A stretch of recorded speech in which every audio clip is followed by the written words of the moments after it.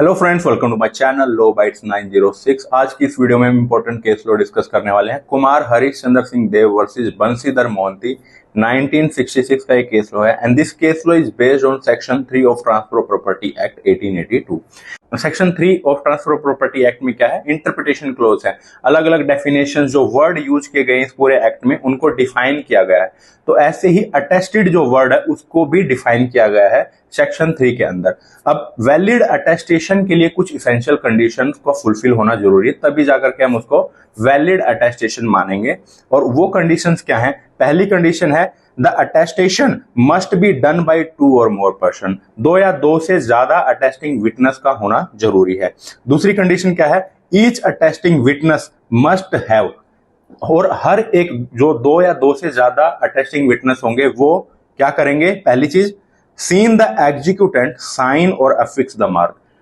उनकी प्रेजेंस में ही जो एग्जीक्यूटेंट होगा, एग्जीक्यूटेंट कौन सा होता है? जैसे सपोज करो कि एक प्रॉपर्टी बिक रही है, तो एक सेलर होगा एक बायर होगा, तो दोनों क्या हो जाएंगे? वो सेल डीड को एग्जीक्यूट करेंगे, ठीक है, तो वो एग्जीक्यूटेंट हो जाएंगे। तो एग्जीक्यूटेंट अटेस्टिंग विटनेस की प्रेजेंस में जब सेल डीड को साइन करेगा तभी हम उसको वैलिड मानेंगे। या तो एक ये कंडीशन है कि उसकी प्रेजेंस में सिग्नेचर करे, या फिर क्या है, seen some other person sign the instrument in presence and by the direction of the executant. या तो एग्जीक्यूटेंट की प्रेजेंस में कोई थर्ड पर्सन आकर के सिग्नेचर कर रहा है उसकी डायरेक्शंस पे, उसके निर्देश पे, ठीक है। या फिर क्या है, has received from executant A personal acknowledgement of his signature और मार्क। सपोज करो आप एक अटेस्टिंग विटनेस हो, या तो आपकी प्रेजेंस में एग्जीक्यूटेंट साइन करेगा, पहली कंडीशन। दूसरी क्या है, आपकी प्रेजेंस में और एग्जीक्यूटेंट की प्रेजेंस में या उसकी डायरेक्शन पे कोई थर्ड पर्सन आकर के सिग्नेचर करेगा तब भी वैलिड हो जाएगा।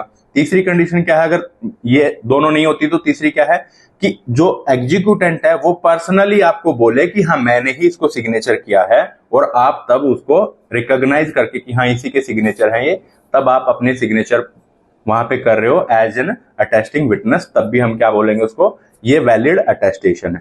जो अटेस्टेशन है वो इस चीज से प्रभावित नहीं होगा बिल्कुल भी, किस चीज से, कि जो विटनेसेस हैं दोनों सेम टाइम पे प्रेजेंट हो।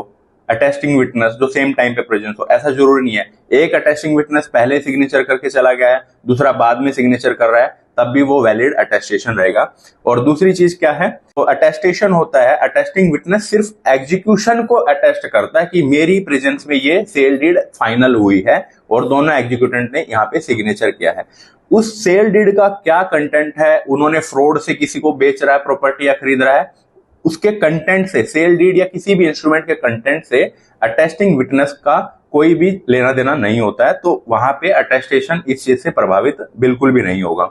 आई होप आपको ये डेफिनेशन जरूर समझ में आई होगी। अब इस केस के फैक्ट पे चलते हैं। इसमें रिस्पोंडेंट 1 और जो कुमार हरिश्चंद्र है वो दोनों आपस में अच्छे फ्रेंड होते हैं, और जो कुमार है वो रिस्पोंडेंट नंबर 1 को अप्रोच करता है कि मुझे कुछ पैसों की जरूरत होती है, लेकिन रिस्पोंडेंट नंबर 1 जो है वो ये सोच रहा होता है कि ये मेरा फ्रेंड है, इससे मैं इंटरेस्ट कैसे मांगूंगा, या फिर इसको जो पैसे मैं दे रहा हूं उसकी सेफ्टी के लिए कोई भी प्रॉपर्टीज की मॉर्गेज कैसे रखवाऊंगा।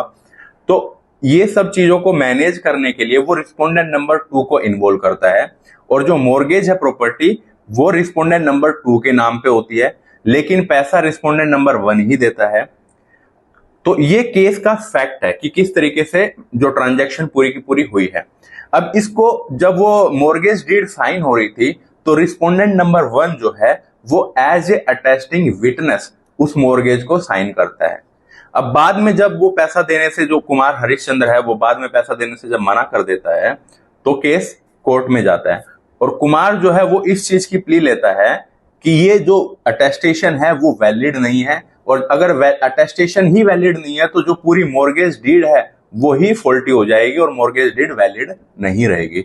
अब लीगल इशू इसमें ये अराइज होता है, whether the deed was validly attested given that respondent number 1 a party to the underlying transaction signed as an attesting witness। क्योंकि रिस्पोंडेंट नंबर 1 ने ही पैसा दिया था, वो एक तरीके से उस ट्रांजैक्शन में इन्वॉल्व था, पूरी की पूरी ट्रांजैक्शन में इन्वॉल्व था, और उसी ने as a attesting witness signature भी किया था।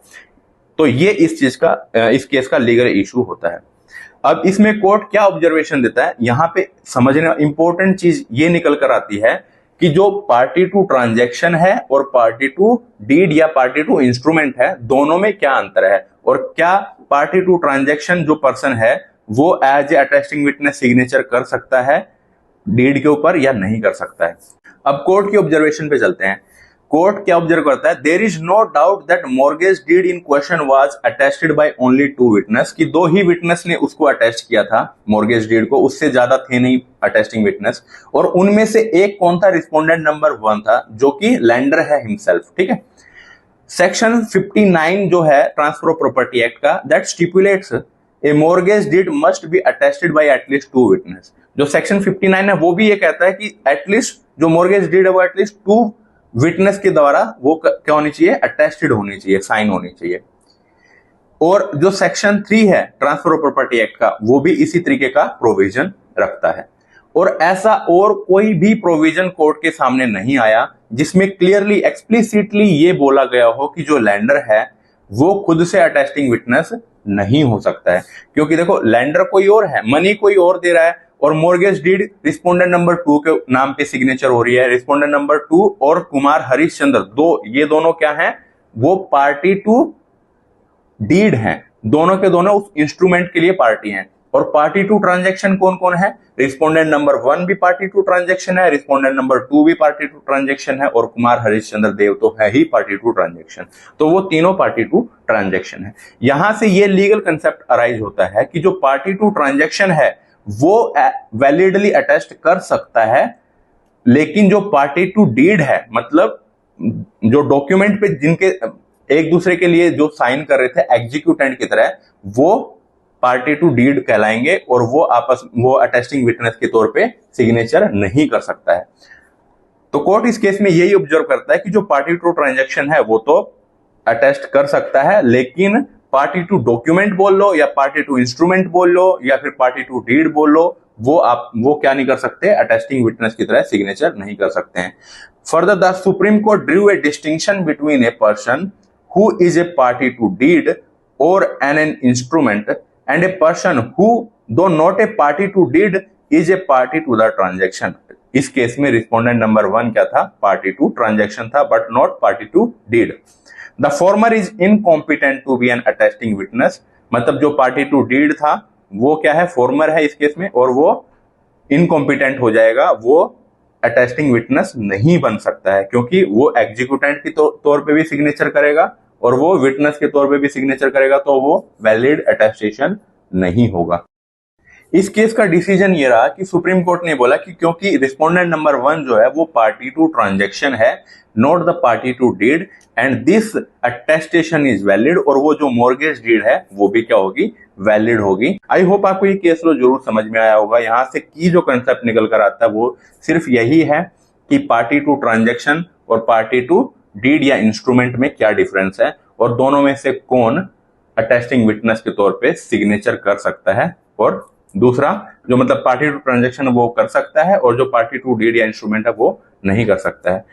इसकी केस की पीडीएफ आप मेरे टेलीग्राम चैनल से डाउनलोड कर सकते हो। टेलीग्राम चैनल का लिंक मैं डिस्क्रिप्शन में डाल दूंगा, और आप सर्च कर सकते हो टेलीग्राम चैनल को लॉ बाइट्स 906 के नाम से, वहां से भी आपको ये मिल जाएगी।